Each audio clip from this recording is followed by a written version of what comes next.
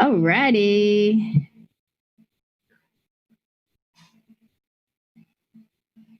All right. Hello, everybody. We are almost ready to start PinTech, but first, I wanted to show our. We're also working on a PinTech instructional series. It's a little bit more produced video. Yeah, there's Kyle waving. And it's going to be kind of a DVD package for people who are just getting into pinball, are looking to purchase their first machine, and trying to figure out what to do, right? So we started working on this. We have the first module, which is setting up your pinball machine. So I'm going to play that for everyone now. And I would love to hear in the comments and stuff like that what you guys think about it. Feel free to give us our critiques. This is still in the editing phase, so to speak, so we can add in more shots if something seems kind of confusing, or if we say something that doesn't make sense, let us know. And this will be a great tool for all you awesome, skilled pinball enthusiasts to share with your friends to get them confident enough to play their games. So I'm going to go ahead and start it up right now.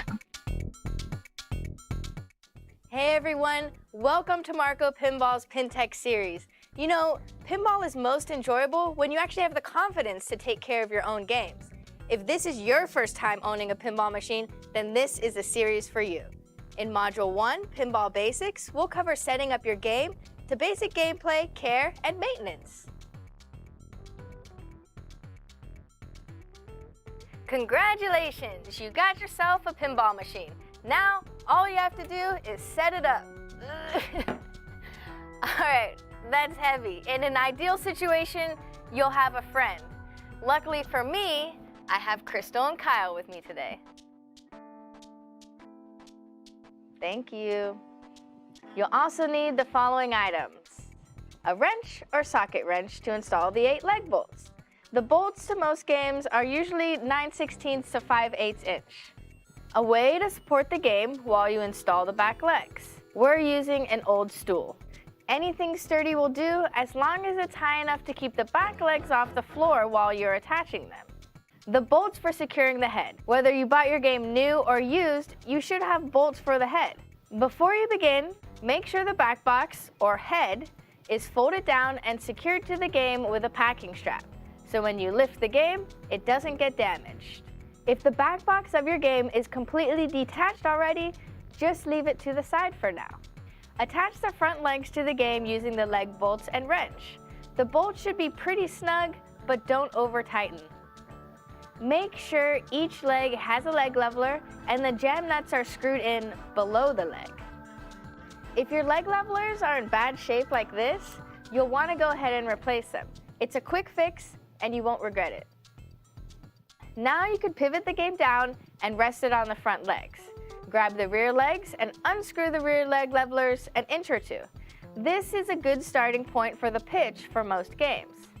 Have the legs and bolts with an easy reach on both sides of the machine. Now you will need to prop the game up onto the front legs.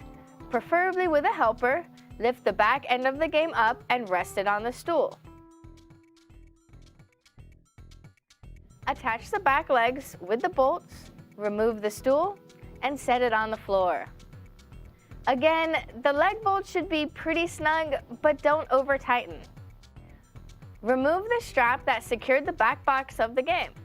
Carefully lift the head up, making sure the wires tuck into the body of the game as the head goes up without getting pinched. Unlock the back box, then remove the back glass by lifting up the glass and pulling it out carefully.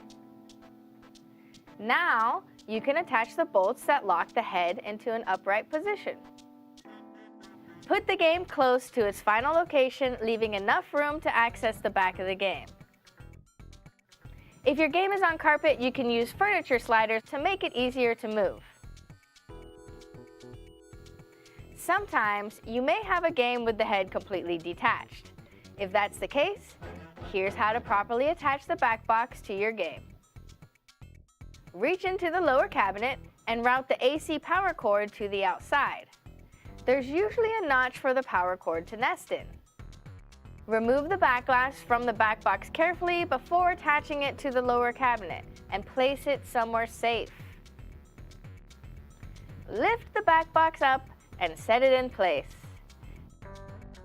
Open the insert panel and hold the head in position while fastening the head to the cabinet. Reach inside the game and take out the wiring harness that connects the head to the body. Take each connector and plug them into the respective board. Generally, connectors are keyed and will only fit in one way in one place. Don't ever try to force in the connectors. If you are unsure about where something goes, check your manual. And that's it. Well, almost. There's no balls in the game, and it's probably a little crooked. We'll tackle those issues in the next section.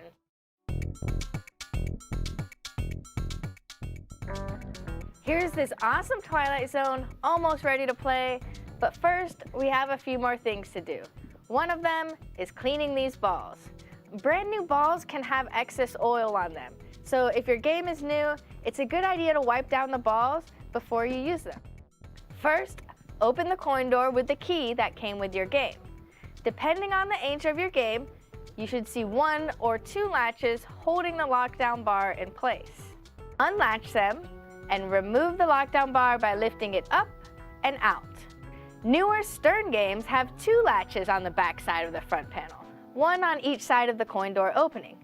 Be careful because they will spring open quickly. Close the coin door so you don't hit or scratch the glass with it. Carefully slide the playfield glass all the way out using just your palms to avoid getting fingerprints all over it. The glass is tempered, so nicking the edge of the glass can cause it to explode, so be careful. Placing the glass on a solid surface where the temperature change could be too extreme, for example, really warm glass setting down on a freezing basement floor, that can also cause the glass to shatter. So again, be careful with your glass. The safest method is to protect the top and bottom edges of the glass with a towel, or even a cut-up pool noodle, and then lean it carefully against a wall. Depending on the game, there are 2 main ways to access the underside of the playfield. In some games, you just simply tilt the playfield straight up so it leans against the head. Otherwise, you may need to pull the playfield out slightly towards you before you tilt it up. Some older games may also have a prop of some kind that you can rest the playfield on. Be careful. Watch where your fingers are when raising and lowering the playfield. Also, avoid bumping the playfield when it's in the upright position because it can slam down unexpectedly. Remove any packing material in the game or on the playfield. Sometimes, older games even have hidden treasures inside of them. The next step is to install the tilt mechanism's plumb bob if it hasn't already been installed. Move the plumb bob up or down to adjust the sensitivity. If the tilt is too tight, then the plumb bob will swing in and touch the ring at the slightest bump. This will trigger a tilt message and the ball and play will end. Remember, it's more fun to shake it and not break it. You can test how sensitive the tilt mechanism is by shaking the game when you play. Now, lower the playfield and install the balls. Just put them on the playfield and let them go. They'll drop down between the flippers into the ball trough. If the game is older and the balls are worn or dented, you probably want to order some new ones. They'll look and play a lot better, and they won't scratch your playfield. Many games have a small level attached to the lower right side of the playfield. This level indicates the pitch of the game from back to front. Use a small bubble level or angle finder tool to measure the slope. Many smartphones now have an angle measuring app built in. Be sure to place your level directly on the playfield and not on top of the playfield glass. Most electronic pinball machines are designed to have a 6.5-degree slope by screwing in the rear leg levelers in or out. If you want the game to play faster, increase the pitch on the back legs. You will also need to level your game to 0 degrees from left to right by placing the level parallel to the front of the game. Adjust the leg levelers until the readings on both levels are satisfactory. Finally, Slide in the play-filled glass back in, replace the lockdown bar, and secure it in place with the latch. Plug in your game and power it up. And in the next section, we'll tackle how to adjust some common game settings.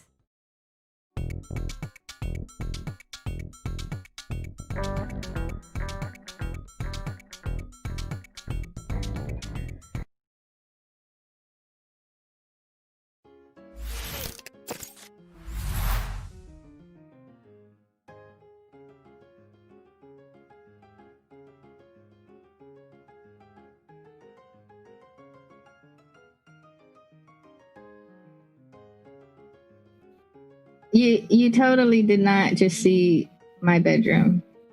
That was a glitch in the Matrix. Yeah, Moto doesn't have a bedroom. She just lives I don't have online. a bedroom.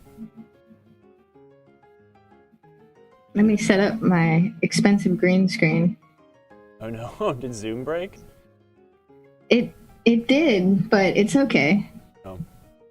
All right, how do we sound, everyone? You like our levels? Am I unmuted? Sound pretty good? Oh, there You I are am. unmuted. Kyle, you might be a little bit lower than me. How's now? I'm talking quiet, I'm talking slow and deliberate. No more, I didn't drink a single bit of coffee today.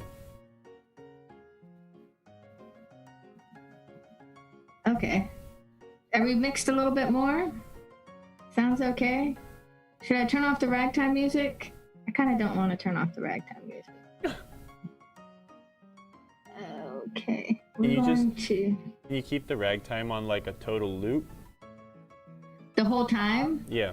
Yeah. Let's go to advanced. There we go. Oh, that's me, not Kyle.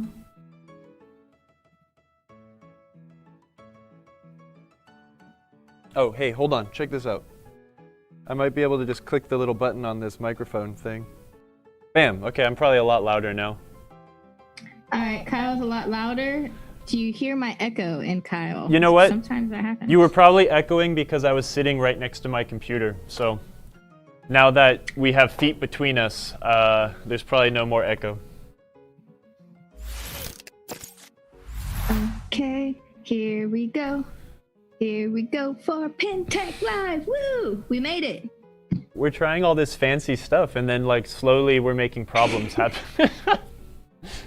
Hello, everybody. Welcome to episode 17 Wow. of PinTech Live. I know. Isn't We that haven't even exciting? missed a beat either. I remember the day that we did this in my extra bedroom. 16 whole weeks ago. I do not need any drinks. Someone asked if I can get a gin and tonic. No. Can I get a gin and My tonic? face will turn bright red. It'll be like, hey guys, welcome to PinTech Live. I'll take some gin with just like a little bit of sugar in the bottom of the cup or something like that. That sounds good. Oh man. Family Game says we're not as loud as the news. Yeah. Let's turn off that other thing. Boost us up. I don't think we can ever be as loud as what's on the news.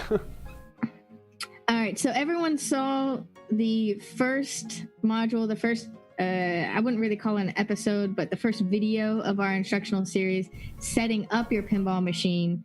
Please let us know what you thought of it. If you have any comments or critiques, we have shot other videos of how to properly clean, some general playing tips, and we're going to continue producing videos like this for like flipper rebuilds and other stuff that you see here on our show PinTech Live, but just a lot more condensed instructional, something that you would see eventually when you're buying parts on marcopinball.com. Maybe you can click a little video that shows how to actually do the install for that particular piece. So that is our life goal for Marco, and we will work every day to make that happen. It's our achievable goal. I think our life goal is to have like every single pinball part mostly available, but that's not Right. achievable in my lifetime. There's a lot of parts. I need to reopen my chat over here. Cause my other window's so tiny. So tiny. Let's see. Everyone's just talking about Pinball Airlines. That would be a really crummy pinball experience. I mean, actually, it might be kind of fun. Built-in turbulence, no need for magnets. I don't know. I like reading on airplanes. I read. That's my favorite airplane activity. Oh, really? Because I take my Nintendo Switch with me and I have a great time diving into something. Yeah, that sounds fun too. A few other announcements before we get in on our tech side of PinTech Live is, of course, we have our beautiful truck showing that our 24 free shipping link in the chat is active, and it's no longer a link, so I actually got to update that graphic because we have a code box in our checkout page, which is very exciting because that means all of our future promos, we will have a code for you to type in, and that means we'll be able to deliver you even more fun discounts and incentives, maybe a promo code for some swag every once in a while. It's a little less convoluted, a little more straightforward. Yeah, so the code for today, and it is cap sensitive, is PT-ragtime. For that awesome ragtime music that I love. Let's listen to that again for a little bit. Oh, maybe it's still playing. It's been playing this whole time? Oh, wow. I'm sure you guys are sick of it. Okay, I'm turning off the ragtime. Oh my gosh. Yes, log in to have a MarcoPinball.com account. It is absolutely free, so there should be no reason why you shouldn't have one, because when you start adding stuff to your cart, it saves in your cart. And it also helps us track. If you're shopping here and shopping there, it all consolidates into your account, which is great. And you can track your purchases to see if you've already bought something before. Makes it easy. Oh, yeah. Yeah, so thanks for that reminder, Crystal. And yeah, awesome. Everyone's excited. We have another very sad announcement, passing of a wonderful pinball technician, Chaz. Yeah. I didn't get to meet him. He was a Stern employee, but Kyle, you got to talk to him a lot. You want to say something nice about him, and we'll take a moment of silence for him. There's a lot of nice things to say about him, but it's such a shame, when things like come out of left field like that. But I talked to Chaz more than once a month, at least once a month for a better part of a decade, and the dude was Steve said he had the best bedside manner. He could talk you through a frustrating problem, a simple problem, help you troubleshoot. It's a real shame, of course, but I don't know. It's hard to say things like this, but it's a sad day, yeah, we lost a really good guy. I'm sure anyone who's ever called Stern tech support has probably talked to Chaz. And if you have a Stern pinball machine, his smiling face is on the front of like every manual. It's real sweet dude. I've been seeing a lot of people on Facebook post really great memories of him. So rest in peace, Chaz. And that sucks. Yeah. It's always sad. Why can't we live forever? It'd probably get boring. I don't know. Well, and that's the theme of our show today, which is how to make your pinball machine live forever. Oh, I was wondering where you were going to go with that. What is the theme? How to not have your machine casually get set on fire, and what better machine to show that with than fire? Than fire. So, Kyle, what is the Rectifier mod? What are we doing? I forgot about this. Some guy a couple weeks ago when I was like, hey, what should we do? And he was like, hey, do the Rectifier mod. I was like, what the heck are you talking about? What it was, and I did find it, and I haven't done this for a long time. I don't do this to a lot of games, but this would definitely be a good thing for an early System 11 game that's going to sit on location and be on for a long time. But Early System 11 games such as this, we have 2 bridge rectifiers inside the head. That is what turns your AC power coming off the transformer into DC power for the solenoid voltage, the 34 volt solenoid voltage, and the flash lamps, which is 18 volts. So in theory, the way that the engineers designed the schematic and such, if one of these rectifiers went open, or not open, if one of them shorted, we should blow the main fuse. But I guess throughout history and time showing, it's like that's not 100% true. If one of these things does short out, the main fuse doesn't blow, all of the this input wiring to the bridge rectifiers turns into the fuse, and they catch on fire, and pinball machines are very flammable. So what we will be doing is we will be fusing one side of the AC coming into the bridge rectifier. Williams, and since Data East essentially copied this entire setup, they became savvy to it a little bit later, and some of the later games that used the PPB board or a interconnect board, I don't remember where they put it, but there were fuses installed on those boards to do exactly what we're doing now. But in this case, what we are going to do is take an external fuse holder. We will be wiring the wires in line and mounting this fuse holder to the side of the head and then labeling them, but I just realized I did not bring any labeling supplies, so I'll have to do that later off camera. But yeah, this is kind of a higher level mod. It's like, this is something, if you really want to be super thorough, you can totally do. If this is a game that maybe gets turned on every other week because that's when you play pinball at home, don't like rush out and like go try to do this right now. It's not the most critical thing, but it's absolutely a good, safe bet. And what about, so we're doing this on a System 11A machine. What about like System 9 Family Games is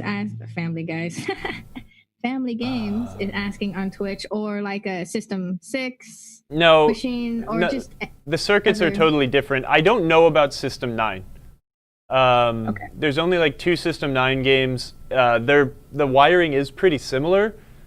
I don't know though. If the lights were on, I could go run over to Space Shuttle and go look, but let's focus on this. Because I read on PinWiki, I know that the Big Guns, which I think came out in 1987, that was the first game to have a factory installed fuse on this line. So yeah, I get any game from, High Speeds, Grand Lizard, Road Kings, Fire, I'm forgetting a couple others. Anything in that like group can have this mod done. Now, there is another option. There is a fella that sells a rectifier, capacitor, and fuse board. We sell it on our website. I forgot about this. But there is another common mod that the dude put it on like a circuit board. You clip these wires, screw them into the board, and mount it to the game. Bam, you're good. But if you want to save a little bit of money, you could do it the cheap way and do it like we're going to do it. So to do this mod, we need wire. So I have some 18 gauge wire here that we will use to make little patches with to extend the length of this harness. We don't want this to be pulling tight. We want to give it plenty of what I'd call a service loop, I guess, strain relief.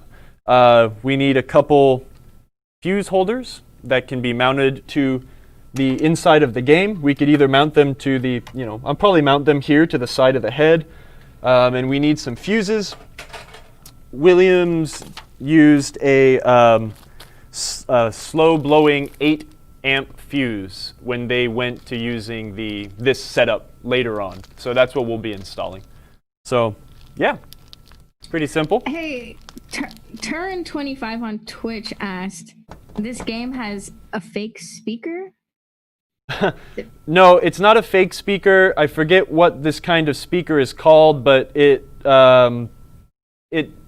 sends a higher frequency sound, so it's kind of a different end of the spectrum. Most System 11 games, actually no, every Williams game up until Indiana Jones had a little speaker like this. I guess System 11 to early WPC games. Then when they went DCS, the speakers were different. So I forget what these are called. It's like Ninja, Pizzo. welcome back. Pizzo. Also said the. Thank you, Steve. Incognito bridge board. Yep, that's him. I think he's Dutch. One on the space shuttle. Oh, okay. So if you did do it on Space Shuttle will have the same wiring. So I guess Comet and Space Shuttle could also use this modification. Piezo? Yeah, Piezo speaker. That's what it's called. So there you go. Nice. They're uncommon. You don't find them they're very difficult to find nowadays. It's a outdated style. So this is going to be a little awkward because I have to work on the game from this side. Everything I need to do is right here, and I can't work on it from this side because we've got a big old insert panel. So unfortunately, you might see my back, but you can see this really cool Centigrade 37 shirt we have. Maybe we're gonna zoom in past you. But yeah. Okay. The tools we will need to do this, aside from the supplies, what we'll need is a flush cutter. We will need a wire stripper. We will need a hot soldering iron and solder. And we will need some heat shrink tube. I forgot to mention that. I have some heat shrink tube in my parts box here. Don't use electrical tape. Electrical tape is not a permanent solution. It is a tacky solution, and it will fall apart. The heat shrink, what we will use this for is to butt. When we make a splice in the game's harness, what we will do is put heat shrink tube over one side, put the other end of the wire through, and then melt it together. That's a more permanent and classier solution. Electric tape, like, it will last for a while, but it's not permanent, and you do not want to be shorting voltages out in the game. This is a better solution. Everyone should buy this. We sell it. It's extraordinarily cheap. You need heat shrink tube. This is a 1/4 inch. I think we have it in 1/4 inch, 1/8 inch, and 1/2 inch. 1/8 inch is good for melding two wires together. So that's what we're going to be using here. Yep, and we also sell a whole little assortment set. Oh. If you're not sure which size you want, excellent. you can get the pack. That's handy. The bigger they get, I mean, heat shrink does get smaller. You know, it shrinks and it really, surrounds what you're trying to protect, but it will only shrink so much. So if you're trying to put like a little 18 gauge wire in with like a 1/2 inch piece of shrink tube, it's going to be loose. So definitely get an assortment. It can be handy. I don't think I've ever actually done this before, so we're going to kind of figure out the best way to do it and the cleanest way to do it. If we look here, I guess if we try to zoom in a little bit, can we get these rectifiers and I can show what's going on? So I can look at the schematic just to make sure I'm saying this right. So the violet wire ends up being your solenoid voltage. Okay, so what we've got on a bridge rectifier is this is basically 4 diodes inside of this package. And through magic, it turns an AC waveform or electricity into DC electricity. We can keep it simple. So we have 4 connectors on this guy. We've got 2 AC inputs. We've got our ground, and we have our output, which will be DC voltage. So according to the schematic, our purple wire here, this output, ends up being solenoid voltage. That goes through here into this filter capacitor and turns into lovely filtered, nice 30, 40, whatever volts DC.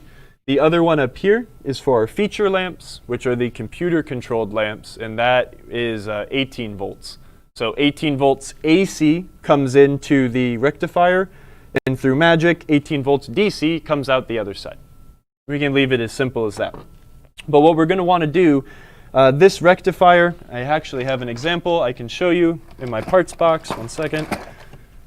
I got to move everything because my drawers are skinny. Actually, I don't. I only have wire rectifiers. I'll use it as an example anyways. This is a bridge rectifier, but there's 2 different kinds. There are some that have like little spade connectors on the end, which is what this is. And then we have wire legged ones. This one, these wire lugs, this is more common installing into a circuit board. But what I was trying to show is that these ones do have the spade lugs. And with the spade lugs, they have a special little disconnect on them. So you could pull these off and install them onto a new rectifier when it would be time to change it if you needed to.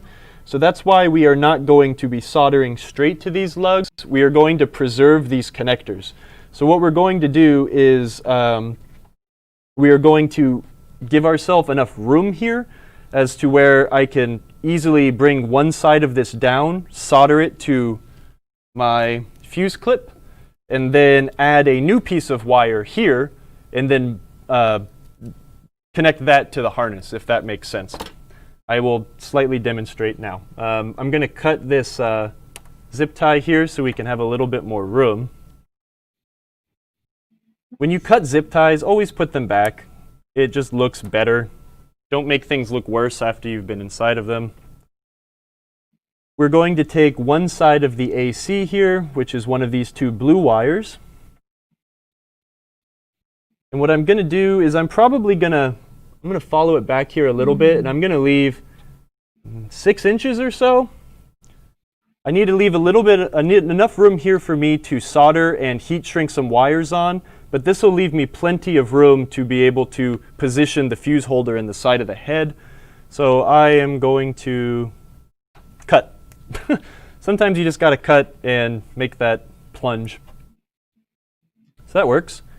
I do need to get my soldering iron hot, so I will start pre-warming that now.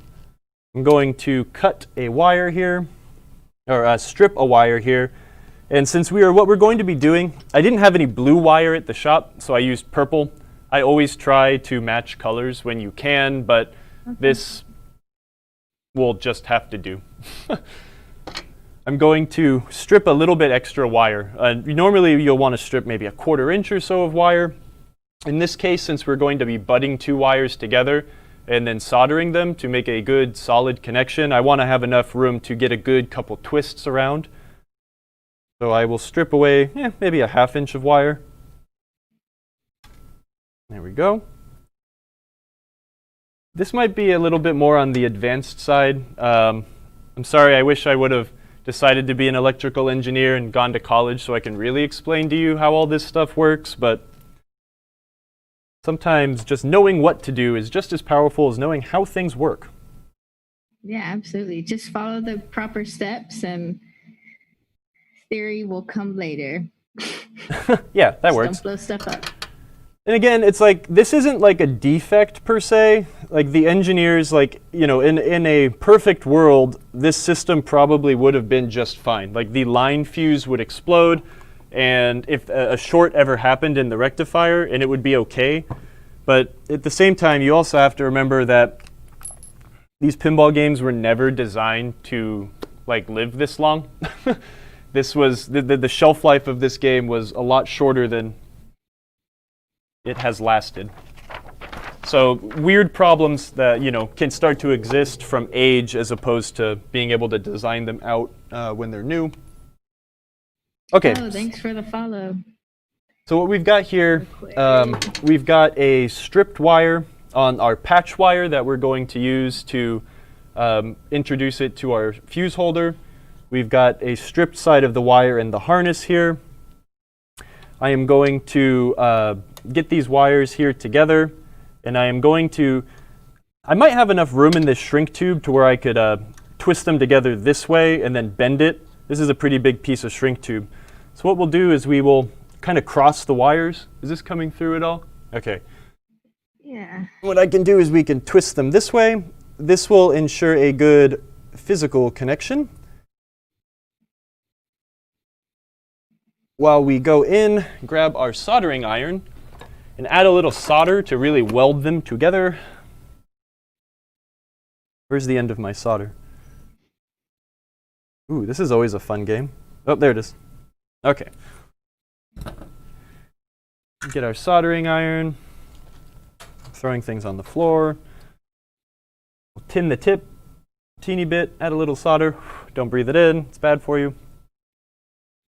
We'll get both of these wires nice and hot and introduce some solder to them to make a welded connection. I like that. We'll wait for these to cool down a little bit, but we are also going to use our soldering iron as our heat shrinkerizer. So what we will do, you could also use a lighter. A lighter is a safe way to do this, but a soldering iron will generally work fine. What I'm going to do is I'm going to bend this wire one direction. Did I just break some? No, okay. I just stripped it and cut some of the wires there. Why wouldn't you put the wires like connected to each other, twisted, rather than like bending straight up? I could, Does that make sense? But sometimes I poke my fingers and my shrink tube is thick enough for me to use this method. So you could do it however you want. I'm just being kind of lazy because of the tools I'm using right now. We only need about... practicality. Yeah, you know. I only need about... Hello from Brazil. We have Marilio Pestrini watching. He's a tech from Brazil. That's awesome. Hello, Brazilian friends.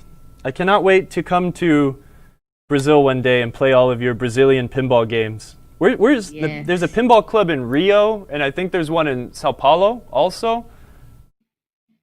And then you have to get me a, what's the ripoff Xenon? Zaxi? I want one so bad. It's not the ripoff, it's the Brazilian version. Oh, you know.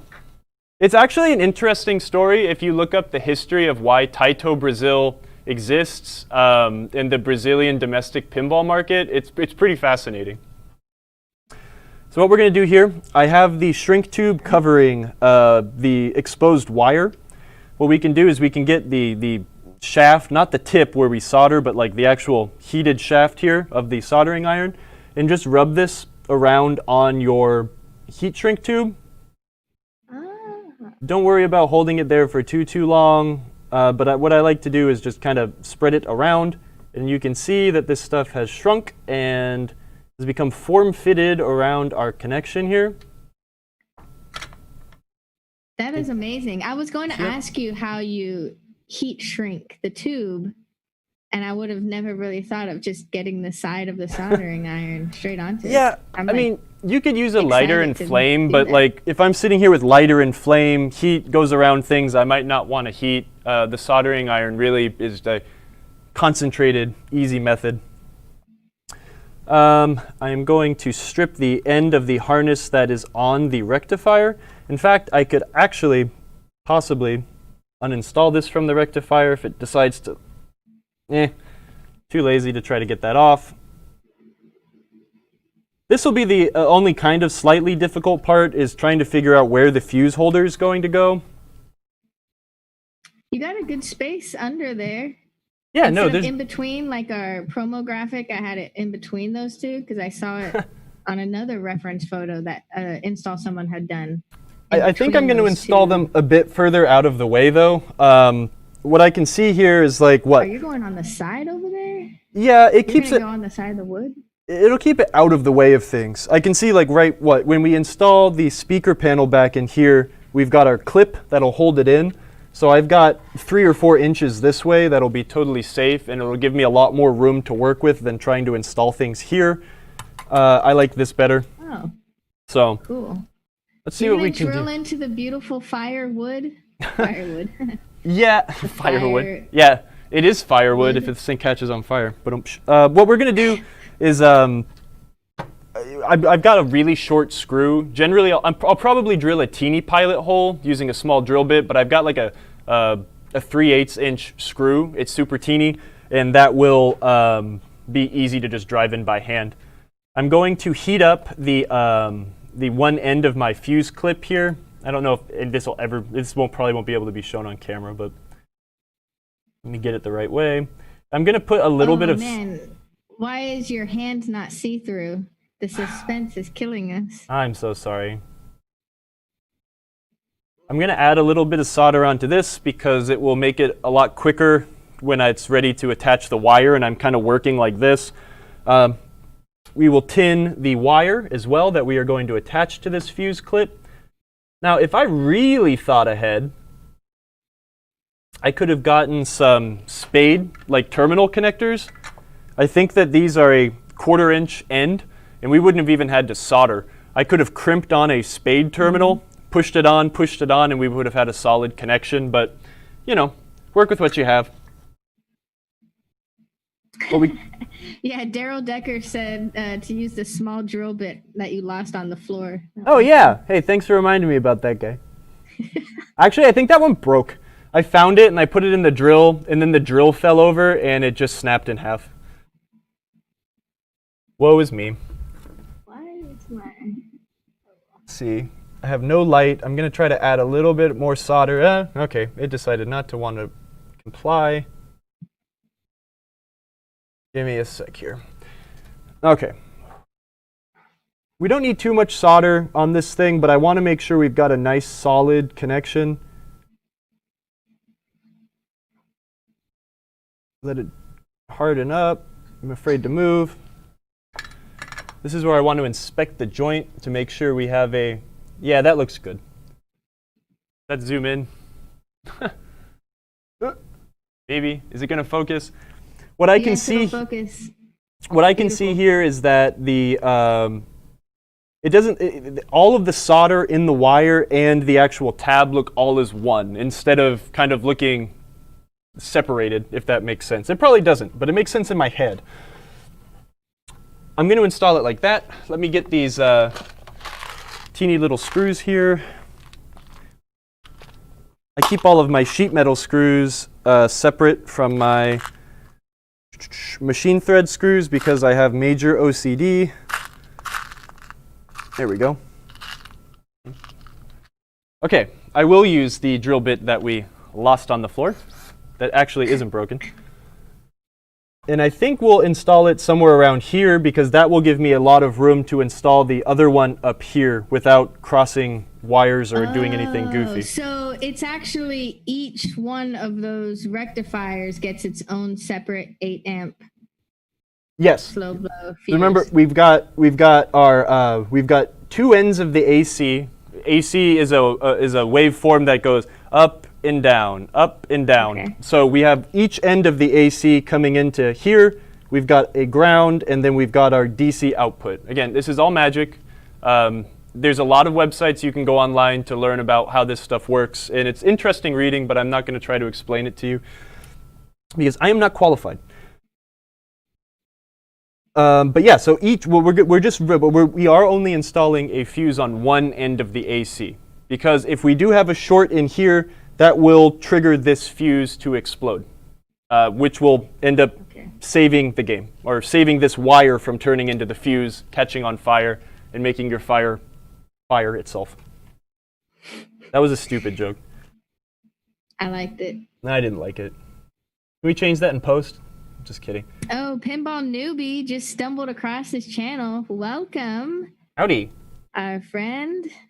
Please learn about pinball repair with us. But not about electrical engineering. It's part of it. Kind of. Okay, I think that's good. That's going to be we're going to have enough loop here so I can tie this wire back in and make this look clean. It will leave enough here so it's not super, super tight and taut, and also leaving this have a little bit of room as well. So what I'm going to do is I will install the fuse holder first, and then I will solder this on because it will be a lot easier for me to get everything right. But what I will do is I'm going to block the camera really quick. Generally, when I'm drilling into the side of the head, I do kind of bottom the drill bit out a little bit, but since this screw is very short, I'm only going to go through a teeny bit. Yeah, so, be careful because you don't want to come out the other side of the back box. That would be a catastrophe. I have never done that. I'm going to knock on some wood here because I'm pretty superstitious. But it's good wood. Don't mess up that wood. It could happen.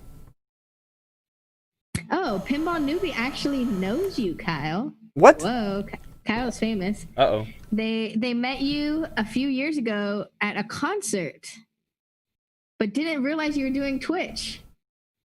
Huh. Wow. Which concert was it? You are. I keep telling Kyle he's one of the biggest pinball influencers now, and he No. gets mad at me for using that term. I don't want my name put next to that word. I dislike that You're word. helping us all be better pinball technicians. Yeah. Or you're helping us all. Let's call me an fix our instructor, not an games and be influencer. self-sufficient, which is a beautiful power you are giving to us. So thank you. All right, thank you. What concert was it and where was it? Maybe that will stir. In Chilindria. What? And you're Chilindria? Chilindria.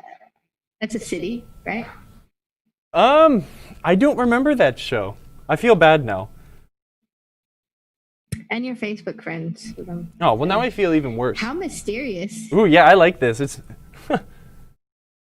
Oh, the band was Chilindria.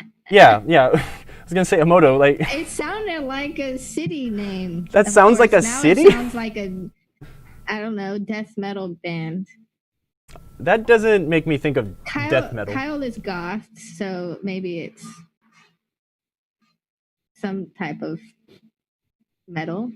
Some sort I of don't know. metal. What kind of music is Chilindria, Kyle? I do not remember this show. I feel wow. really bad Okay. now. Who else was there?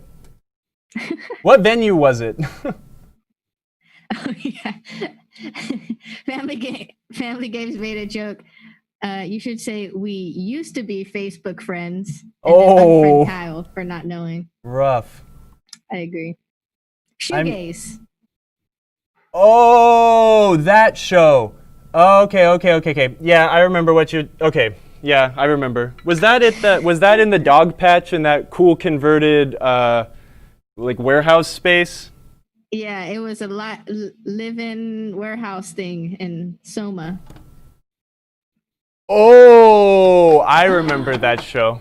Oh, okay. I know who you are now. Thank you for all the prodding.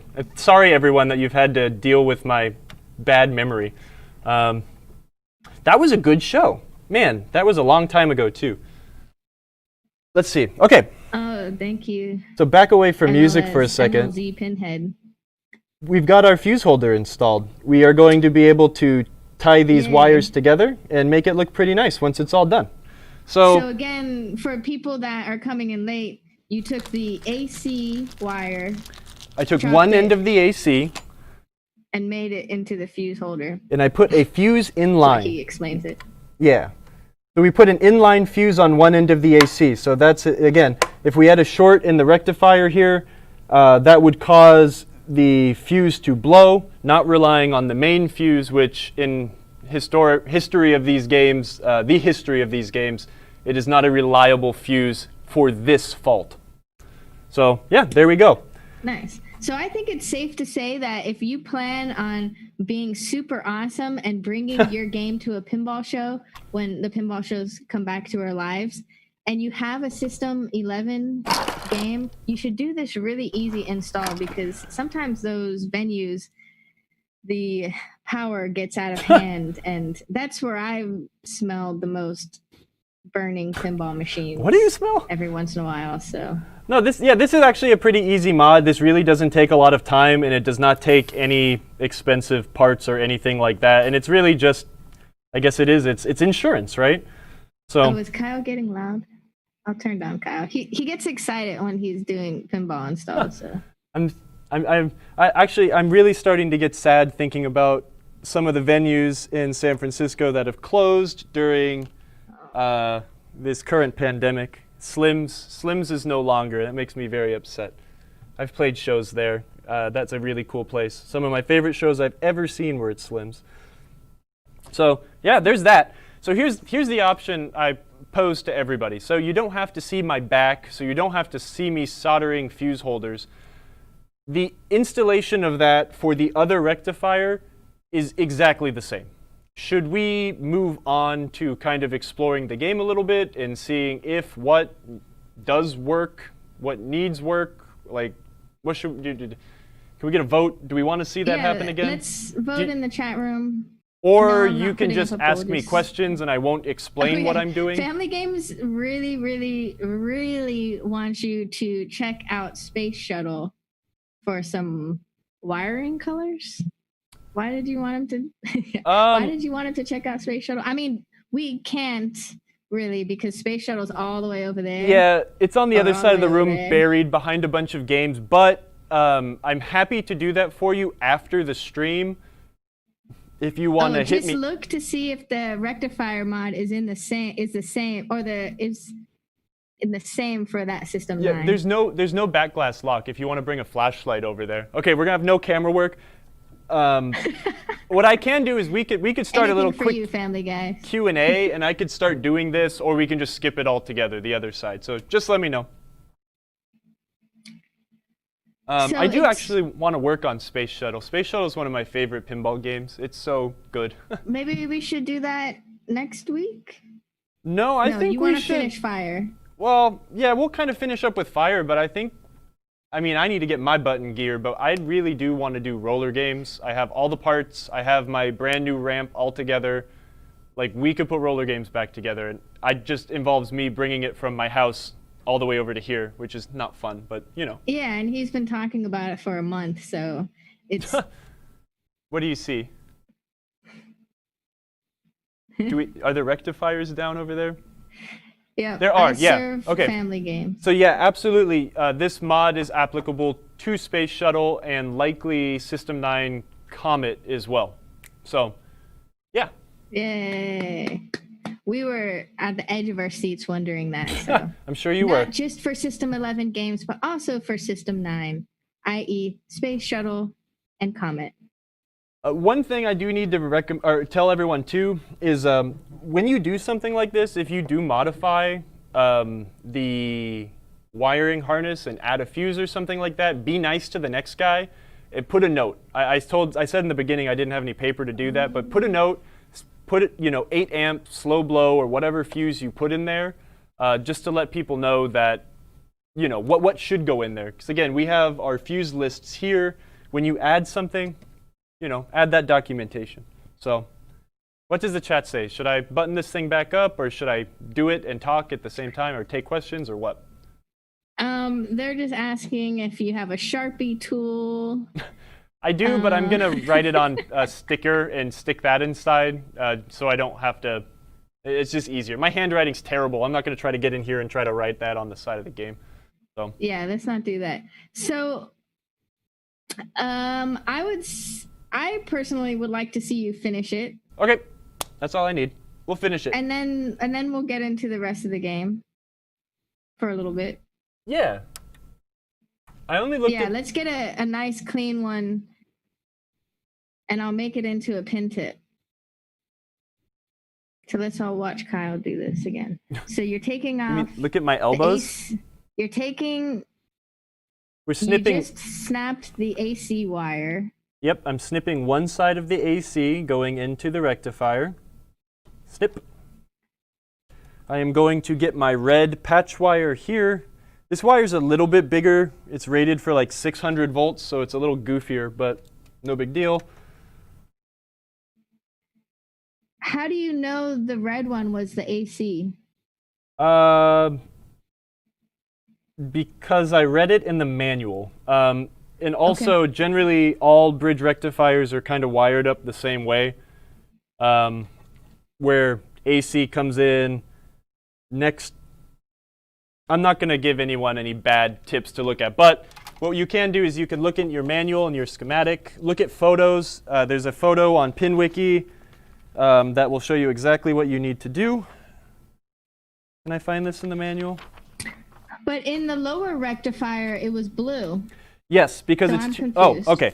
It's two different voltages. So when we look at the manual, if we looked at the wiring schematic, we'd see that this blue wire that is coming off of the transformer is going to be 34 or 40 volts AC.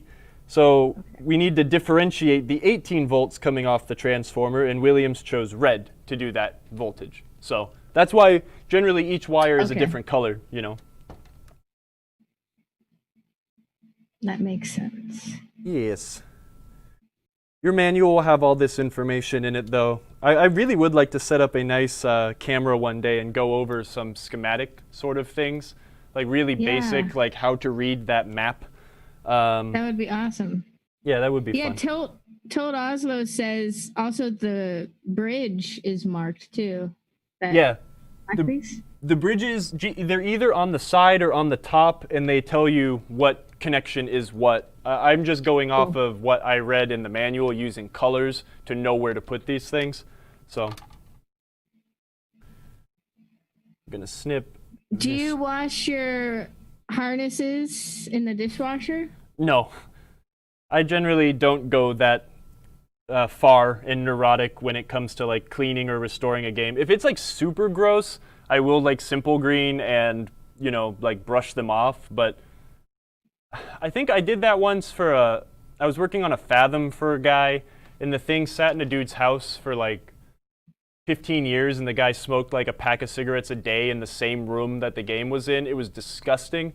So the only way to get all of that smoke smell and tar nastiness off was to clean the harness. But yeah, generally not.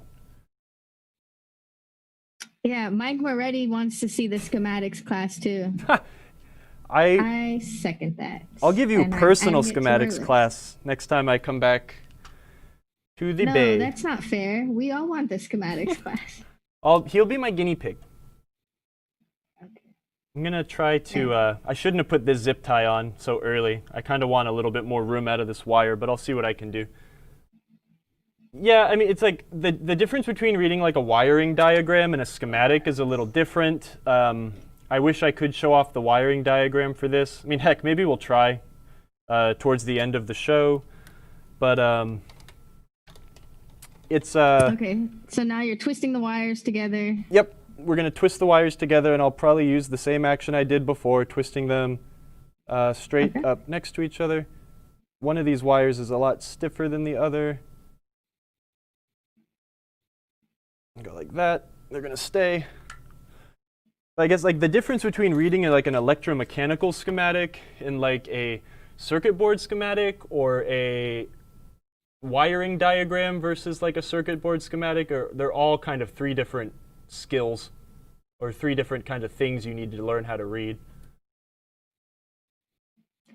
For putting solder on the wire like that, is there ever like a situation where it's too much or too little solder? Absolutely. Yeah, you totally can. You could blob it on. The solder will start going down inside of the insulation of the wire. And again, what we're trying to do here is to just like actually give a solid connection. So these things can't be pulled apart, and then we're going to cover them with the heat shrink tube. Okay. Maybe we should do one class day on a weekend where we do everything really bad. Where I like solder coils on like really bad, or we like demolish circuit boards and stuff like that. Just when I come into town one day, we can just have me do it. And, no.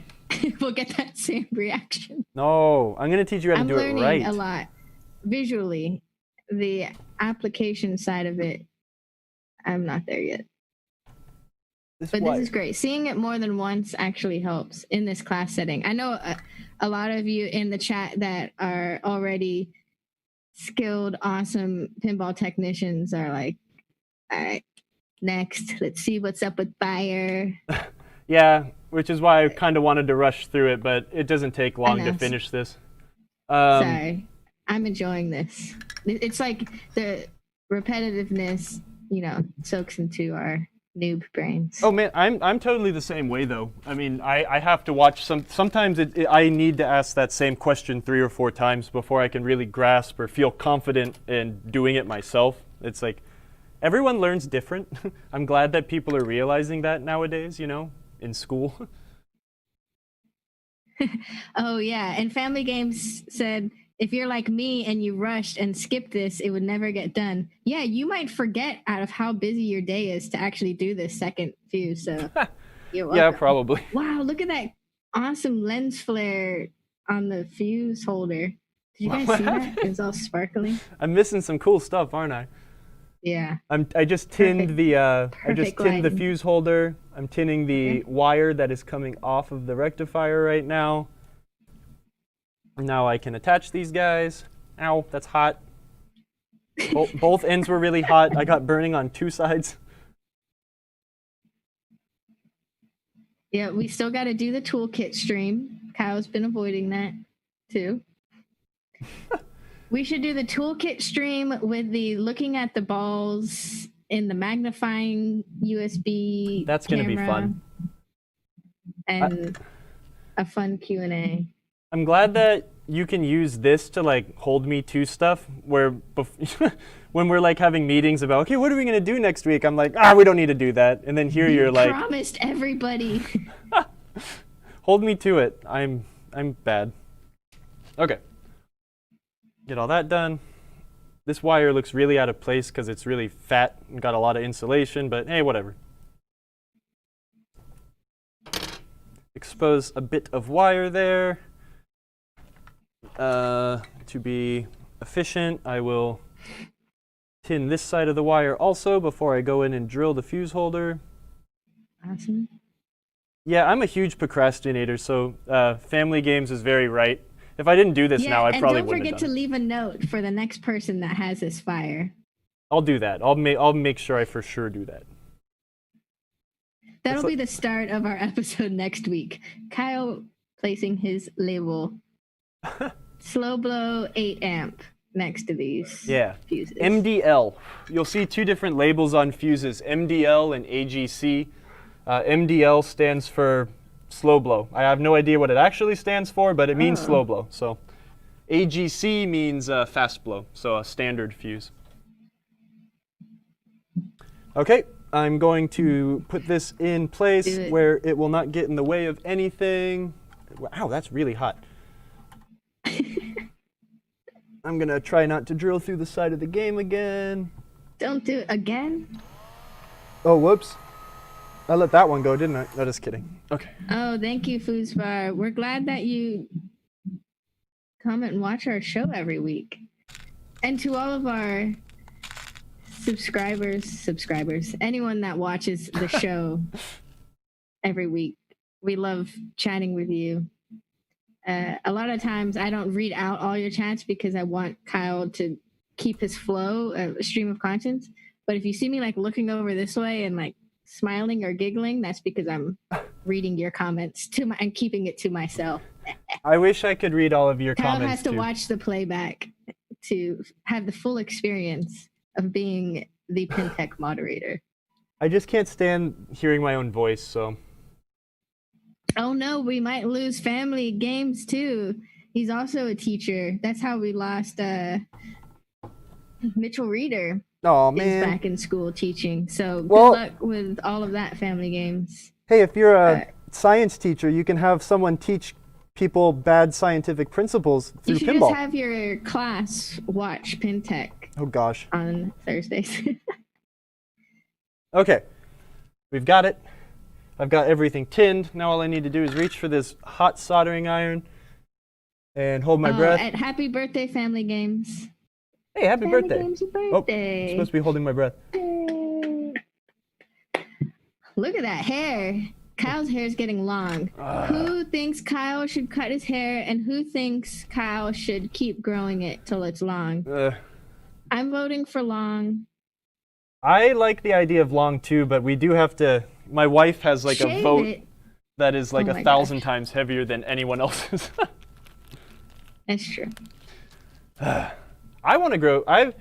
See, that's the problem is, you know, it's getting thinner on top, and I'm thinking, you know, one last hurrah before I turn into a old bald man. I agree with y'all with the long. I do want that. No one else said long. That was just me. Oh. The guy said shave it. No, I won't be doing that anymore. Okay, let me grab a couple zip ties. Oh, we got another long. Thank you, Michael. You know, I really want to get my hair cut. I really want to go find a barber down here, but I just do not feel 100% comfortable going to a barber right now. So I'm okay with my COVID cut. All right, so you're finishing that up. I'm going to scroll up. MLZ Pinhead on Twitch had a little story that I was saving for this moment. He said, we do Pinagogo, and years ago I burned my hand once when I found 12 pinballs plugged into a series of 3 power strips plugged into one plug. See, that's what I'm talking about. Which Pinagogo was that? It's like, did that smell like melting plastic? Oh. I now check out all the plugs as we set up. That's awesome. Yeah, it's just, everyone's free for all, you know, just plugging in their games wherever they can have it and not really thinking about circuitry, and gets dangerous. Yeah. I've heard I heard that Pinagogo canceled for this year too. I mean, I think every pinball show is canceled now, but it's a shame. Pinagogo is a show I've been to quite a few times as well. Another one of my hometown shows. It's really cool. Dixon, California. Yeah. All right, that fits in there. Nothing is in the way. Yeah. We've got decent service loop. This is going to be totally fine. I am pleased with my work. Now I can close this. Yay, good job. Actually, maybe we won't. So as we set up for the troubleshooting for fire, is it possible to take that green cam and make it into a wide shot? Because it's just not really serving life too well for us. That's kind of what today. I was thinking. Wait. Our other webcam died officially. This cam? We do have a, yes. Can we move that one into a wide? Yeah, I'll move it. I'll move it. A new Sony cam coming in. That's this main camera. Really? Y'all are seeing. So we're slowly upgrading, slowly getting our studio jam-packed with high-tech gear. You were keeping the fact that we were getting another awesome camera from me? No, you said you wanted it. Oh, I did, but I didn't know it was actually coming. Oh, well, I kind of lied. I haven't ordered it yet. Oh. But it's going to come. Liar. It's coming. Yeah, upgrade. Hold on. Thank you, Family Games. He said he'll keep ordering more parts so we can get more cameras. We really appreciate that. And, you know, every time someone uses our PinTech free shipping 99 code, it goes to our upgrade budget. Yeah, every time y'all buy parts using our code, Emoto and I get pats on the back, and they continue our show for another episode. Yeah, and if you subscribe on Twitch, that also goes to our upgrade budget. So we're slowly trying to, we need more lights. As you can see, it's kind of spotty and dark, so I want to get some big Mamba Jamba Octo soft boxes in there. Hey, how's that wide shot? Is it? Oh yeah, sure. I mean, it depends what we're looking at because it's not wide on your face. Yeah, let's go up a little bit. Go up? Let's see the top of the back box. Sorry, tilt up. Ah. Yeah, let me look. So it'll just be your general wide shot because we can zoom in on the Sony for the details. Yeah, sorry. I need to just pull it back further, I guess. Is that any better? Oh, yeah, they canceled Pinagogo. Yeah, and just tilt up. Tilt it up. Man, the champagne edition of Fire is what we're looking at right now, and it's so beautiful. We need like a little special light just right on that coin door box. It's gold plated. 24 karat gold. Is that I'm better? Just kidding. Yes, and then pan to the left. Yep, okay. But it's truly beautiful. It's like, it's definitely a game you would have in like a cigar lounge, I feel like. A cigar lounge? People say don't smoke by pinball machines because then they have to throw their wires into a dishwasher later. Smoke leaves stains. Yeah, that works. You can see xenon and stuff that's kind of out there. Okay, let's do this. Let's open this thing up because we're probably going to have to lift up the playfield. I guess when it comes to like washing wiring harnesses, I'd really like to like find a game where I find that totally necessary to do, but generally when I go through a game, I'm not trying to make it into like the nicest thing you never ever want to touch or scratch because it's too nice, because what's the fun in that? I like my pinballs to get played. There's fairness to that. Just to be, Oh, Crystal, good point. It should be in a fire department. Duh. And for that, a little ragtime music. Oh my gosh. Well, we were thinking once we get this thing working and we like stream it one night, we're gonna have to pair the champagne edition with the champagne of beers. Miller High Life. Okay, let's. That's not what I thought you were gonna say. Turn this thing Miller on. High Life, the champagne of beers. Is that their actual slogan, or is that just your opinion? No, man, that's the slogan. A just failure. That's normal. We have no batteries in there. So let's see. Okay. Yeah. Yes, Chris O'Connor, we archive all our videos on YouTube. You can follow us youtube.com/Marco Pinball. And also these live videos stay on Facebook too. But YouTube's kind of better because we do put in time code notes so you can skip around a lot easier. I'm a little behind on that, but they will be there. That's our archive center. The archive. Okay. I mean, it's working. We've got feature lights, but we did prove that this worked last week. So, okay. Here's a few things. Maybe we touched on this, like half of our GI's out in the back. GI, again, is general illumination, not gastrointestinal. I know MGM Studio is just waiting to make that joke right now. We do have multiple strands of general illumination. So I want to see, it's all of these lights, all of these lights. Those are probably on the same circuit. So I can watch and follow all of these wires and try to find where we have, okay, here it is. The brown and white brown circuit is out. We could have a blown fuse. We could have a bummer connection on the power supply, which would make me grumpy because we just had that out. Okay, well, it could be a blown fuse. We'll look for that, but for now, that's something we need to fix. Tilt Oslo said, turn off attract mode. Robot smiley face.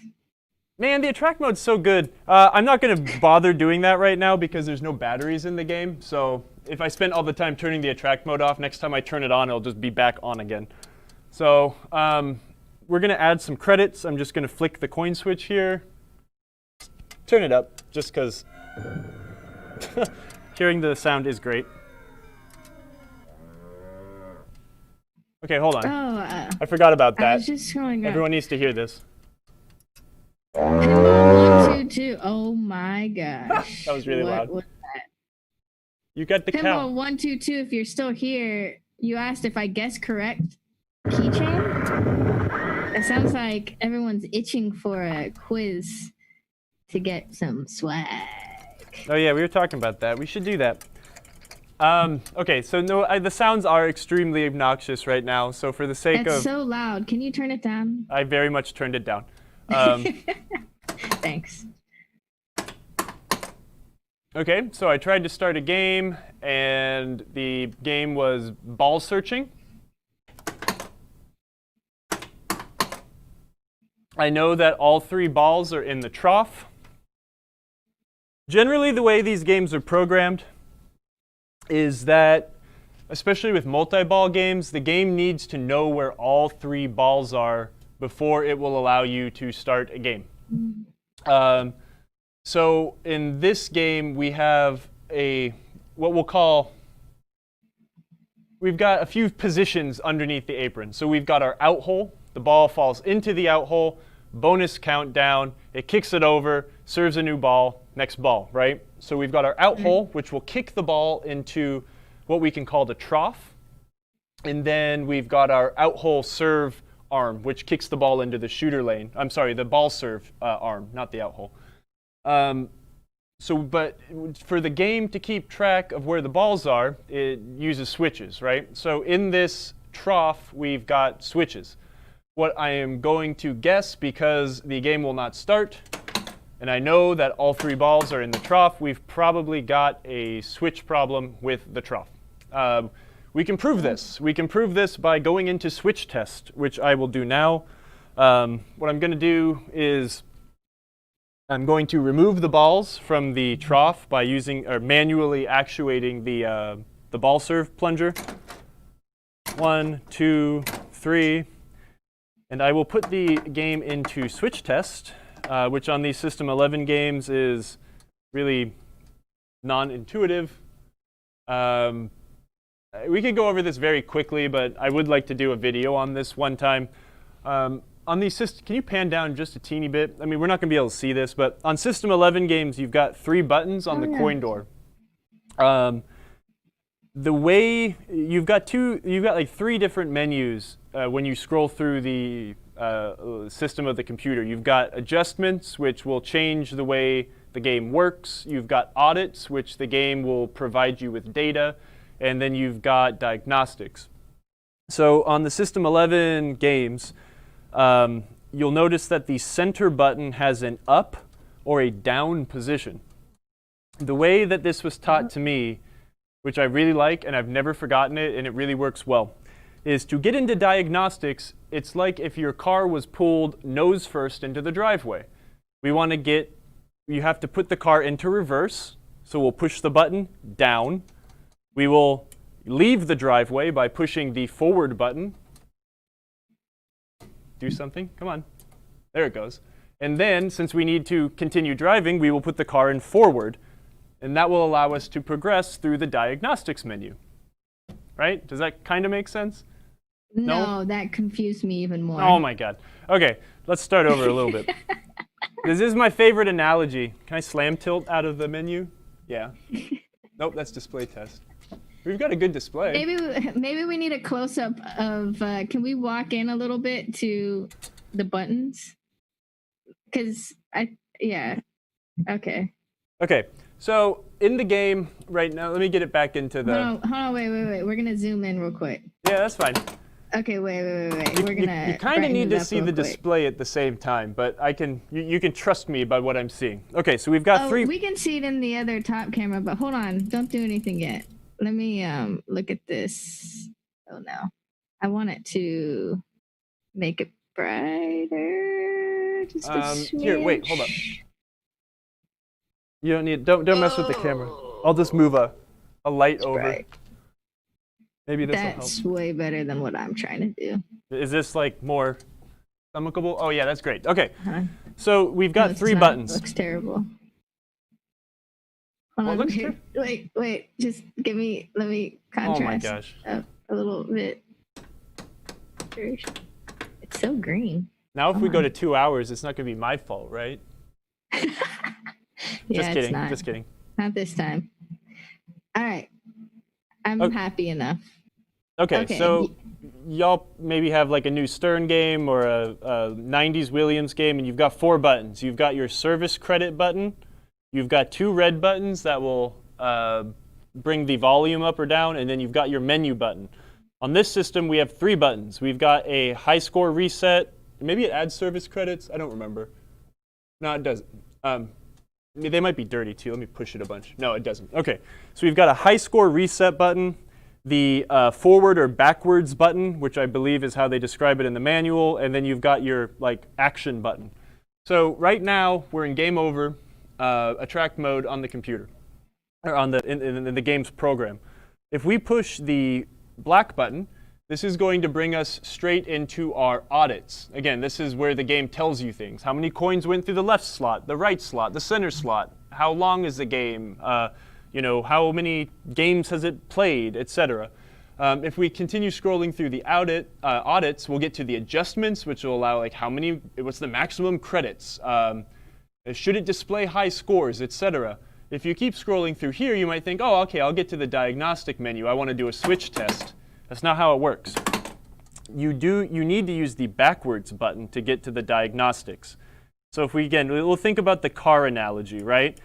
If this is move the car and this is direction, right? We need to go backwards to get into diagnostics. So we will push this switch down.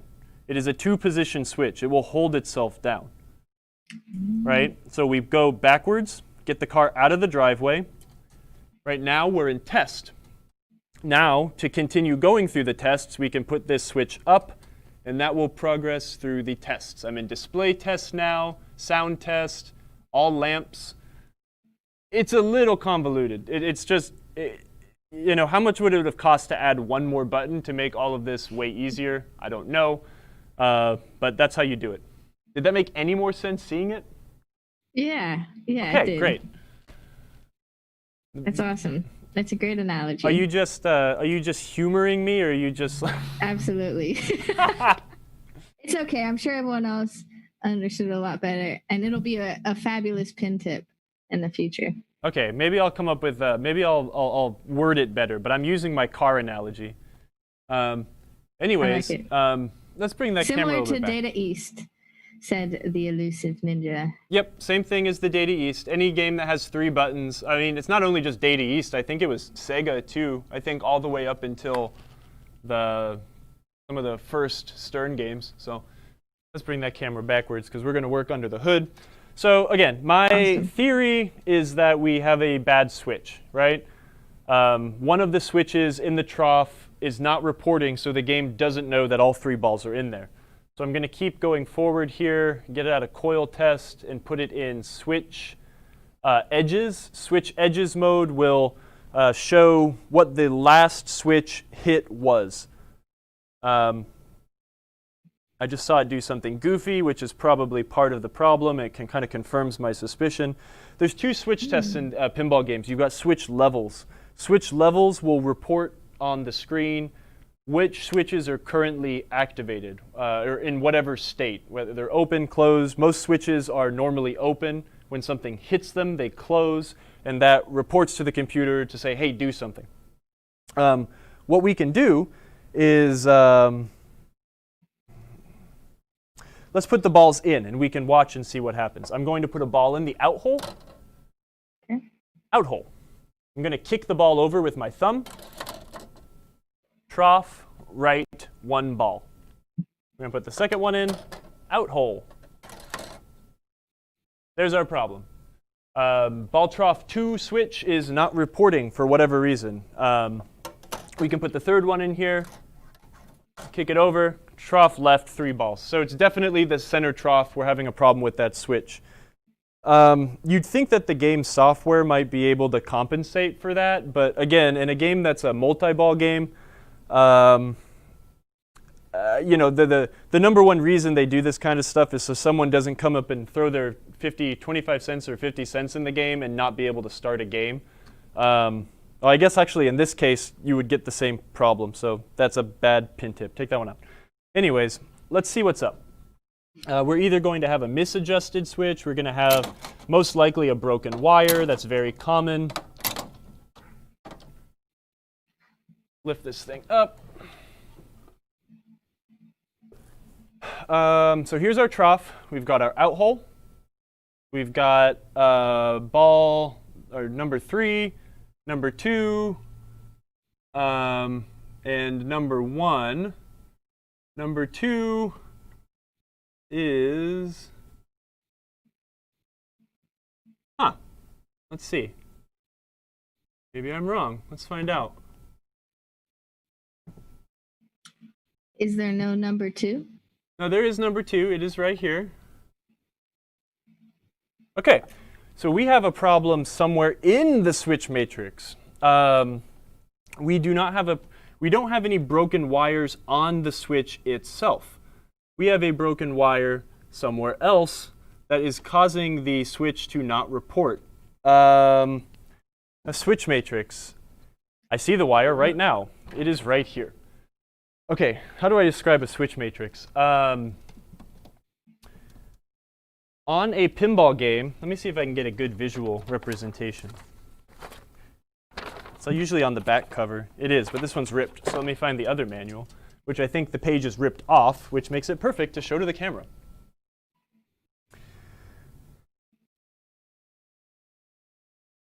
This jumble of number, hold on. Let me move this light a little bit. Maybe this blows it out. Is that impossible to see? Yeah, it's too much. Turn the light off. That works okay for now. this is your switch matrix. You've got columns of switches and rows of switches. So the best way to describe this is the Williams games, they can run up to 64 switches. The computer can monitor 64 switches. The reasons that these things are matrixed is because this only requires 16 wires to be able to run 64 switches. I'm going to link to a PinWiki description that'll be much more eloquent than I can. But if we were, again, what a switch does is it connects two wires, right? If I wanted to report to the computer, hey, something hit this, the switch closes and that sends that signal. The way a switch matrix works is we have two sets of wires. We've got white in a color wires and green in a color wires. As soon as one of those two wires touch, that tells the computer that a switch is closed. How can I explain this? This is kind of a complicated process. Let's zoom in. We can show. The way that these things are wired, though, let's not explain on the theory of a switch matrix. Let's just explain kind of what you need to look for. Can you zoom in on, can we zoom in on these switches up here? So what is up with this? Can you move that light that you moved earlier back to its original position? Everyone can probably see my belly button. I mean, I think you moved the whole C-stand, so it's blocking the other wide shot. Oh, and did also I? Well, I did move it, but do some weird stuff. Why is it so weird looking? Let's pan this light. What about now? Is this any more visible?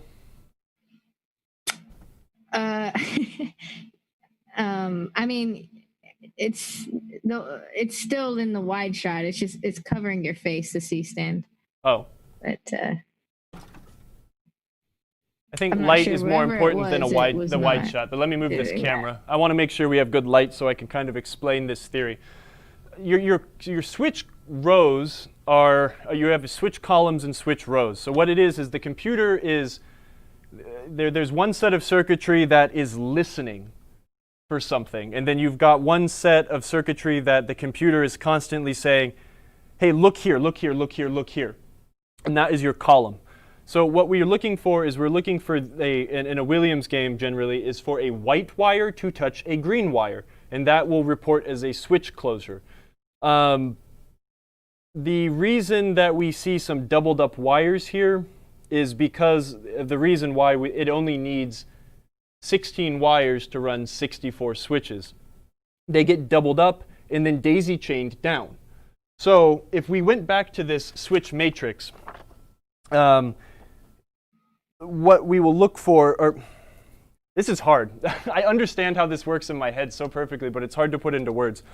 What we have are switches that will generally have two sets of wires, right? So one of the first things on this column, let's use the drain lane left. That is going to be the first switch in this column number 5. And that also happens to be in row 1 with a white-brown wire. So let's see. We're going to look for when a green-blue wire touches a white-brown wire, we've got it's kind of like Battleship. When you're calling out, B5 or something like that, you're trying to pinpoint a location. So basically what it is if a green and a white wire touch, that is what closes. Gosh, this is so hard. The elusive ninja said on, off, and in a grid cross check each one and tells you right where it is and what it does. Exactly. So it's a lot easier to see if we were looking at this on a camera. I can say right here, we're going to look for the trough number 2, okay? So trough number 2 on my switch matrix says ball trough number 2. It is going to be a green and violet wire with a white and violet wire. I'm going to look at ball swap trough number 2. I have a white and violet and a green and violet. That is correct. But now I can see here that these are both singular wires. What I mentioned, or was to mention before, is that a lot of the switches that are wired from the back of the playfield and further up on your switch matrix, they're generally going to have a daisy chain set of wires. This will allow them to use the same set of wires to wire those colors down to the bottom of the playfield. This is a lot easier to explain if we were able to really get in here and you could see like a 360 view of a lot of this stuff. But what I can already see it, the lane change switch, which is attached to the outside of the end of stroke switch here, uses a white and violet wire, and it is very much not attached to the switch. So what that means is since these wires are doubled up, it goes to the computer to one switch, and then it runs to another switch, and then another switch, all the way until down here where these guys come together, and then this wire is going to attach right here. But since this connection is broken, the daisy chain of white and violet is broken, if that makes sense. So if I kind of try to bring this a little closer again, can we zoom that camera out? Am I going to have any light? Yeah, it's better here. We couldn't, it was too blown out over there. This is where our ball trough number 2 is. Gosh, the light is really brutal. No, it's fine on our end. It is? Okay. Yeah. Sorry. Yeah. I mean, we could actually see. Oh, well, now it's really dark.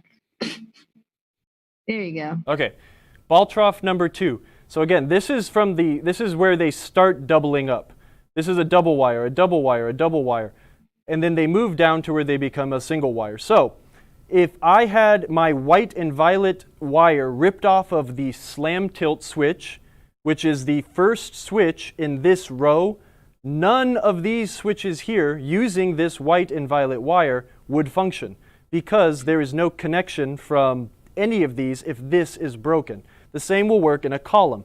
If I lost my ball shooter green and yellow switch, I would lose the fire plug, the horseshoe, left and right switches. You would lose everything upwind of that.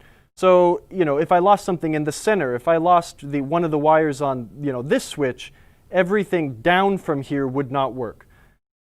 It's kind of hard to wrap your head around, but I guess that makes sense. The best way to think, it's easier when you're looking at your game and you can kind of watch and see where these wires are coming from. But what you need to remember, like the most common, it depends on the switch, but some of the most common way to fix a non-responsive switch, the easiest thing to do first is to check the wires. You will find very commonly, especially on stand-up targets, that the wire has fallen off. If none of that made sense, that's where you want to start looking. It's the easiest way. For sure. This was easy to spot for me because, it's right at eye level, but I noticed that here we have a singular wire. This is the end of the line. This is the last wire, white and violet wire, that is used in the matrix. So that tells me that there can only really be one other thing before this, and it just happens to be right here. So if I attach this wire, if I just kind of hold the ends onto the side where it should be attached, I can likely move this. I can't see it. This system doesn't make a noise. Does it? It might make a noise. Hold on. It doesn't make a noise. But I can kind of prove it if I wiggle around with it underneath the game. So one sec. Oh my gosh. Oh. It should make a noise. And what we're seeing on the DMD right now, the switch edges, that's the actual switch that you're checking? Yes. So what I can do, now watch. Here, I'll just do it this way. Out hole. Trough 1 ball. Let's get that second one in there. Ball 2. So we had a wire fall off of the lane change switch, and that was keeping our ball 2 wire from working. It's pretty simple. It's hard to describe, but the way I was trying to describe it probably made it sound a whole lot more confusing than it actually is. No, it made sense. It made sense. William Stillwell on Facebook had a nice, concise explanation too, saying a signal is sent down the row, and the CPU then sees which column it's present on, then goes to the next row and checks the columns again. Yep. And the amazing thing is that the computer is doing that like every X milliseconds. It is constantly, the computer is saying, okay, you rows, the white switches, or the white wires, you're always listening. There's someone listening for something to close. But what the computer is doing is it is strobing each and every one of those columns, a lot, many times a second, which is why the pinball game can still tell when there are multiple switches closing at the same time during multi-ball or something like that. So it is a constant, okay, column 1, what's going on? Column 2, what's going on? Column 3, what's going on? Column 4, something's happening. Okay, there you go. Let's do the computation now. Column 5, column 6. It's a really fast strobe. It's amazing. It's really actually pretty fascinating. But it allows them to run 64 separate switches while using a lot less wire. So now you just have to solder those wires together and then it'll work. Yep, right? We'll likely be able to start a game. Wow, how exciting. Yeah, so in a pinball machine, your controlled lamps, your feature lamps also work the same way. You've got a lamp matrix that kind of has similar properties. I mean, it's different, but the matrix kind of works the same way. If I were to yank one of these red and green wires off of this socket, a lot of the red and green wires downstream wouldn't work. And that's the thing you have to remember, right? This is the, we'll call it the top of the game, the upper playfield. That is where all the harnesses come in, right? So this is where you're going to have a lot of your doubled up wires. The one tip is, generally they'll become singular down here.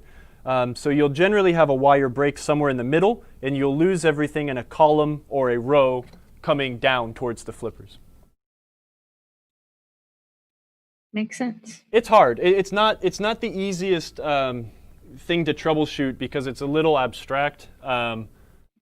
But basically every single solid state pinball machine ever works on that principle. Nice. Do be careful when soldering like I am right there. If you drop solder, it goes down and probably will land on something that will cause you a lot of headaches later. So I like to lay down towels when I'm doing... But you're not doing it right now because... Because I'm being a bad instructor and just winging it. So listen to what Kyle says. Don't follow what Kyle is doing. Exactly. Like I keep saying, it's like my bad dad joke thing. Do as I say, not as I do, son. Well, while you're doing that, Barry wants to see a Williams Firepower next. Do you have Firepower? No, I'd love to. I had many chances to buy many Firepowers, and I kind of regret not buying every... Do you have any System 6 games? Yeah. I don't like working on those old Williams games because 90% of the troubleshooting is, well, the computer's roasted and it's going to take hours and hours and hours to fix, so I'm just going to put a new one in there. But we do have a lot of old Williams games. There's a Black Knight. There's a Time Warp. I think I'd like to get that Time Warp working. Whoa. You should do Time Warp because Detroit Zoran on Twitch has a Time Warp and would love to see stuff about that. It's a cool game. Right? And also, he needs more banana flipper bats in stock. We don't have banana flipper bats? I thought I saw a bin of like 1,000 Well, of them we have a bazillion banana flipper rubbers, but the bats are very, very, very, very hard to find. True that. They were rubbers. Yeah, it's one of those things, like I'd love to get those things in stock, but there's 2 games that use them, and most everybody absolutely hates banana flippers, so it's rough. I think we should start the banana flipper movement, and all of our games should be switched to banana flippers. One year at the Golden State Pinball Festival, we played an Attack from Mars with banana flippers on it, and that was really fun. Okay. Nice. Soldered that sucker on. Let's see what happens. Oh, DeWisp, welcome. You're late to class. Just kidding. All right. So it's going to turn on and it's going to start now because you found the broken wire. Well, we can start a game now. We'll see what happens. I did check the end of stroke switches earlier, so the flippers are totally like cool and safe to use. No worries. Turn that back down a little bit. Add that cow credit, and Cow. all right, the game starts. Yay. For some reason, we lost like the lower playfield GI, which is weird. And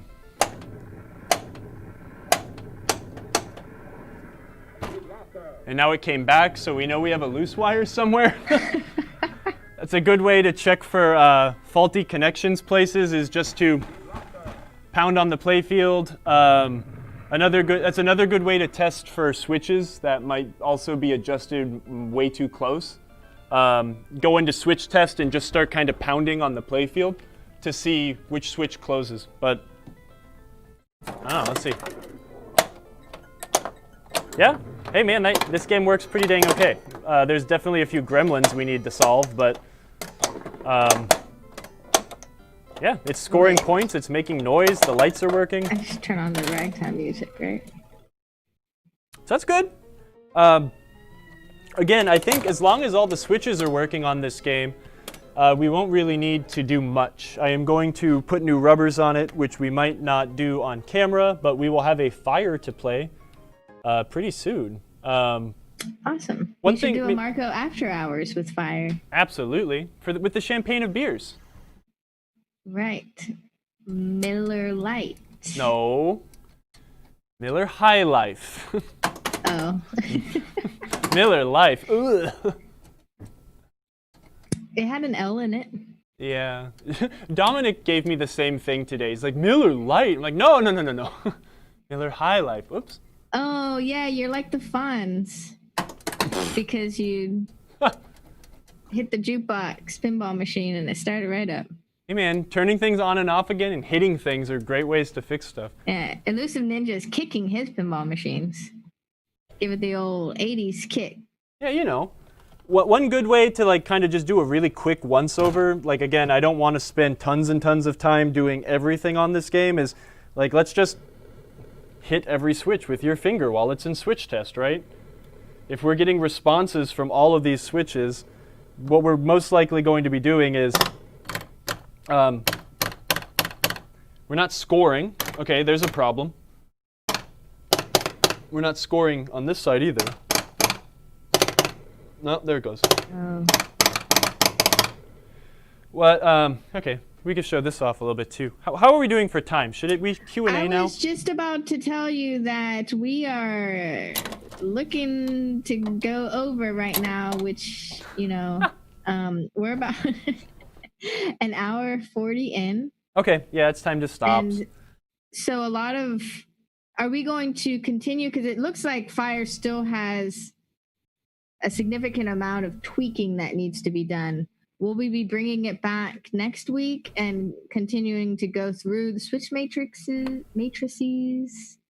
I think we will continue with this game because there's not much left to do, and some of this will be like good on-camera troubleshooting.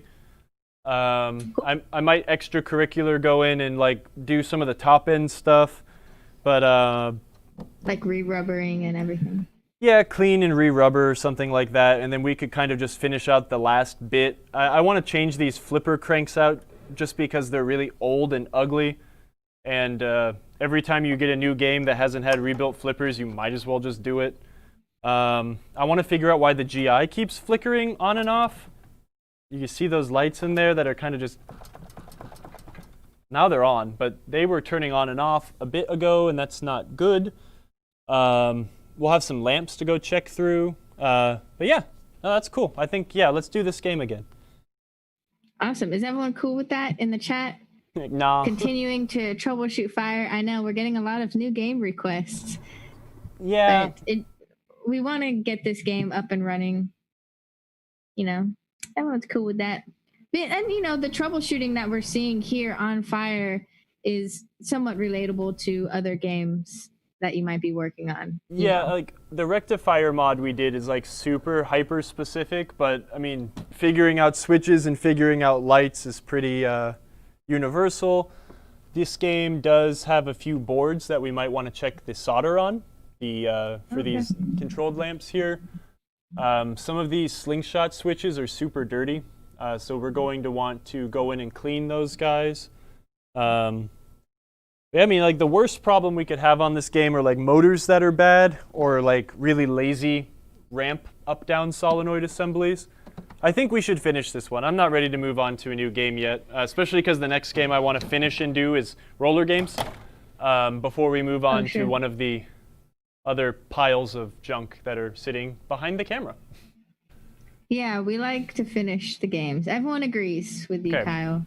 And we'd love to see the gameplay of Fire on our Marco After Hours. Absolutely. And then I can play my ragtime music. Maybe I'll get a different song by then. Just play ragtime the whole time? Yeah, I think... All right, so we're wrapping it up, everyone. If you have any last questions for our fearless teacher, Kyle, now's the time to ask them. And I'll kind of scroll through the chat too and see if we missed anything. Kyle, who stumbles over his words, not being able to explain a switch matrix. So Pinball 122 asked, has Kyle noticed on most games, if the ball isn't shot hard enough and comes back down the runway, should it hit the shooter tip, or does that mean the shooter rod is too long? I guess when you're plunging. There's a lot of factors as to why a shooter tip might not be right. The first thing to do is to check your barrel spring on the outside of the shooter rod. This one on this game is really crappy. There's supposed to be, if the way that the shooter assembly works is you've got your knob, a spring, and then your housing, right? And if this spring on the outside is super compressed, which most are because the games are old, the rod will naturally want to sit further up, right? Since this spring has shrunk, the rod will come up. Make sure that stuff's right before you get too crazy into it. It's not a problem if the ball's hitting the shooter tip. That's fine. Cool. Can we zoom in on Kyle? No. Kyle, say something and we'll slowly zoom in on you. Oh, God, we went fast. No one wants to see me. I'm all self-conscious about my crazy hair now. Look at him. He's like... You can go in more. Yeah, more? I'm trying to figure out. We need to work on this camera. I look so pale on the computer. Later. My forehead looks huge also. What's up, everybody? This is where I fit all that pinball trivia crap. He's got a big brain, a big pinball brain. I only know about one thing. Last reminder, if you loaded up your cart over the week, now is the time to make your purchase. What was our code? And take advantage of the free shipping for orders over $99. It is domestic ground shipping, so it takes a little bit longer. The code is PT-ragtime.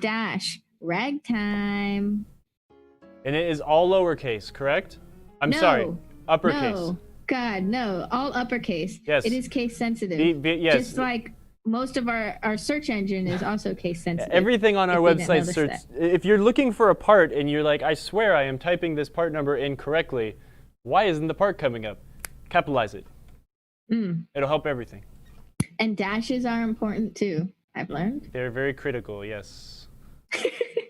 Barry Ramen asks, on my Bally Fireball 2, the demon kicker down between the flippers takes away 2 to 3 credits when I hit it once. Any ideas? Make sure that the limit switch is not too close. What I think the way that thing works is that it will like fire and hit a switch, and that will say, hey, I've made my full extent of travel, and that will reduce one, kicker credit. And if the thing like goes way too forward in the spring, or if the switch isn't adjusted right and it's like flopping together, that'll take away some of your kicks. So I take a look at that. I think that's how that works. It's been a while since I've done Fireball 2, but I love that game. It is an awesome game. For sure. Elusive Ninja really wants Ramtron next week.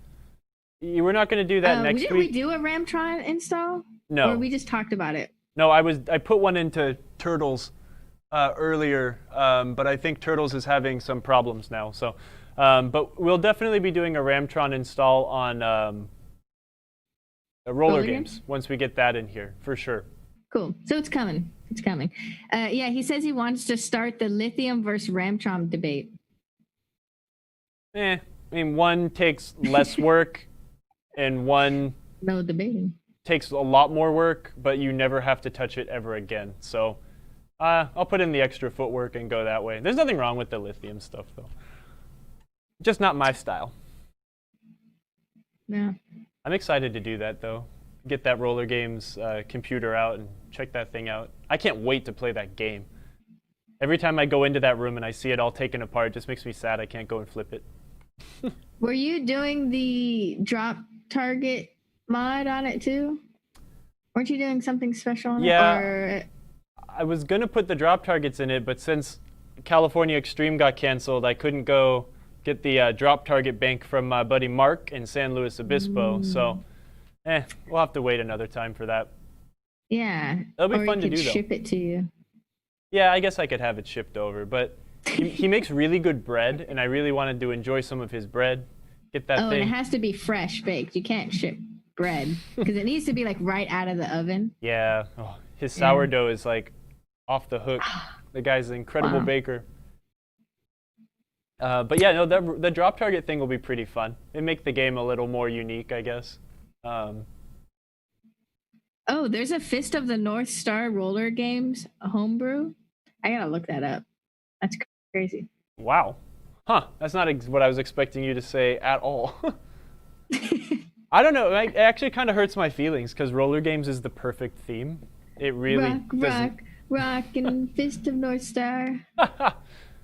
Right? Roller games is perfect, man. It's perfect. Right. It's such a goofy game. Well, it's about that time, y'all. We appreciate you guys hanging out with us for so long. And Kyle's going to say a few more things while I find someone on Twitch for us to raid. Wow, way to put me on the spot. I hope y'all learned something. I hope that I maybe spoke a little bit slower today. I tried. I did no caffeine all day. That might have helped. And I will post a link when this goes up on YouTube or whatever. We'll put a link to the PinWiki thing about switch matrices. It's really pretty simple, and it's something you should know if you have a game and you need to fix it, which everyone does because all pinball machines are broken. So, yeah. Family Guys. To Family Guys. Why do I keep? Well, I know why I keep calling you Family Guys, but Family Games is with me. Wants more background music. Yeah. And everyone's tired of just hearing Emoto's ragtime. What's wrong with the ragtime? We can't even hear it because we don't have monitors in. So every time I click it, I'm just imagining. Every time the slingshot kicks, all the GI just goes out. He's not Peter Griffin. I thought you were Stewie or something. Pinball Newbie says, by the way, Kyle, occurred to me that the band is now called Chilindria, but at the time, they were called Casting Circles. Yeah, okay. That makes a lot more sense. Jerry and his wife from San Jose. I'm sorry, say that last part again. Jerry and his wife from San Jose. Yes, okay. Yeah, that was a pretty good show, Casting Circles. I forgot that. I was wondering. I was kind of confusing for a second because that's the name I remember more than Chilindria.